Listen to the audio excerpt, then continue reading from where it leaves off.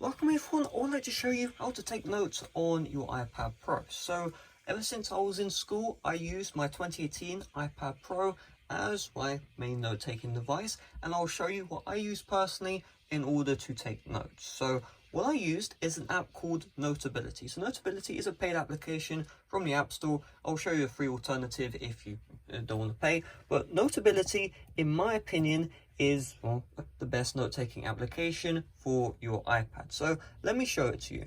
So in Notability, I don't have my backups. However, let's just create a note right here. And you can see we can get our Apple Pencil and we can just draw. And yeah, it's pretty cool. So first things first, what you need to know is what I do personally is I will tap on the triple lines paper. And you can see right here, we actually have options to add lines right here, and you can choose the thickness depending on how large your handwriting is. You can also change the color of the paper as well if you want. So what I usually do is I have my device, usually it'll be in portrait mode, really depends which portrait mode you prefer. And I never really had the Apple Magic Keyboard. Usually I'll just have my iPad flat on the table, all right, something like this, and I'd use it like paper. So I just write, just go here, hello, blah blah blah. Now there are a couple of things you need to know with the Notability application, some gestures and all that good stuff. So let me just take my iPad back like this, just draw and then just hold, and you can see we have just drawn a straight line right here. You can tap on this straight line, you can duplicate it, all that good stuff. This also works for shapes. If I just want to draw a square, is it going to recognize this? Let's try that again. There we go. You can see it just drew a square right here, and I can resize that, all that good stuff. Also, you can use the Apple Pencil to double tap. What does the double tap do? Well, it switches between the last pen you were using and the eraser. So now I'm on the eraser, just take the top. You can see I can erase this, all that good stuff. And if we just tap on the eraser, we also have settings as well. So I could use whole, which means, so let's say if I just do a gesture, and I erase it, it's going to erase the whole gesture. However, the partial is just going to erase part of it. So you can see right here, this circle is where it's going to erase. So you can see I'm erasing this part, and it's not going to erase the whole gesture. So it really depends, up to you which mode you use. You can always switch between the two. That's what I usually do as well. Now you can see this option right here.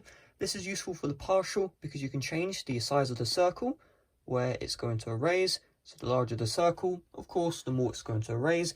Don't forget you can zoom in, and that will help you erase stuff as well. And also zooming in helps you write notes because you can see you have a larger canvas compared to, this, right? It's a lot harder, right? You get the point. Also, if you tap on the pens, you can see we do have all the options right here for, so let me just show you this. This is the size. So if I just increase the size, you can see we're drawing. But you may notice something, right? Currently, if I write and I put more pressure, you can see the more pressure I put on the screen, the larger the output. Well, what if we want to change this? Well, we can just tap on this, and regardless of the pressure, you can see I'm putting a lot of pressure, and the output of the pen size will stay the same. I recommend, if you are good, usually I'm usually pretty good at staying with the same level of pressure. However, if you notice that you're having a lot of this happen, you're trying to write fine notes, just switch the pen to the consistent output, and then you should have no issues at all. There are also other outputs as well, but these are just dots. So if you ever need to, I never use this feature, but I guess it is there. Mainly, I just switch between two options right here. Next, you also have the color of the pen. So if you want to tap on plus, you can create your own custom colors, but they do have some default ones as well. See, we have pink and all that good stuff. So I'm just going to erase all this stuff, and I'll show you a bit more. So we have this tool right here, and what this does is we just draw, and it will select all of the stuff right here, and you can see we can move it, all that good stuff. We can duplicate this as well if you want to. So this helps. This is essentially a selection tool. And then we have the text tool. So we just tap on the empty space. You can see right here we can write some text. This is the check mark thing. We also have bold, and then italics and underline, all that good stuff. If you want to change the indentation of the text, you see this button right here. So we'll just have to do the start of the text. You can see, boom, more indented, less indented. If you ever want to add a page, just tap on the page icon right here.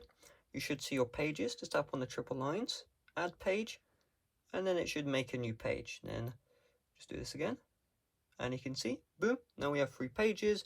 And of course, if you just tap on it, it will go to that page, and then you can write. Now, it will join all the pages up together. You will see this little line breaker right here. Over this is page 1, this is page 2. So you can see page 1, page 2. So I go to page 2. You can see my drawings from page 1 will not show up. And yeah, so you have cut, copy, delete page, all that good stuff. If you want to add stuff to your document, just tap on the plus, and you can see you can add a photo, you can add a document scan, GIF, web clip, you can take a photo with your camera, all that good stuff. If you tap on the triple lines, I've already covered customizing the paper, but you can change, how this looks. So I have this set to seamless, meaning the page transitions, you just swipe and, there's just a little line between the pages. But if you want to have each page separate, you can also tap that as well. Information, this will just give you information about your Notability document. That's all there is to it when it comes to Notability. Let's move to the Notes application. So the Notes application is a bit different. It's not, outright made for taking notes. However, it can be done. So we'll just tap on this button. So we are now in full screen. And what you do is you just tap on this button and it will bring up the note-taking tool. So this icon right here, you can move this around anywhere on the screen. So you can have top, bottom. I recommend just have it at the top. You can see, you can draw, then you have the colors, and you can choose a custom color by tapping this one right here. So if we want red, we can just draw red, and you will notice that this is pressure sensitive. You can't change the pressure sensitivity at all, so that's just one thing to keep in mind. You also have the highlighting tool, and you have this pencil, and then you have the rubber. Now you can customize the rubber to be pixel razor. Pixel razor will just, erase certain areas. Like, let's say you have a real life razor, it's not going to erase the entire paper. But object eraser will erase a sketch, so you can see, boom, boom, all that good stuff. You also have a ruler, and the ruler tool can be used for precise drawings. So you can draw by the ruler. For some reason, it's not letting me do it. Usually what it'll do is it'll just draw a straight line by the ruler. For some reason that is not working. That seems like a bug in iOS. You also have the text tool, so if I just say hello, it's going to write that out. You can see, wrote it out down there. And then you have the select tool, so if we just want to select this, can move this around, all that good stuff. And really that's all there is to it with the Notes application. So, it's a free alternative to Notability, of course, but you can see Notability is far more advanced. I was going to share my Notability documents, but somehow they're just gone. I mean, last time I did use Notability was 2019. I'm not saying I use some other notes app. I just don't use my iPad to take notes anymore, because I did actually sell my iPad and bought the Samsung Galaxy Tab S7 Plus. I know. I mean, I have the iPad back now, but I did use that for a year or so, and since then I haven't really needed to use any device to take notes at all. So hopefully this video did help you out. If it did, make sure to smash like, subscribe if you're brand new, check out the end screens for any videos which may interest you, and yeah, see you guys later. Bye bye.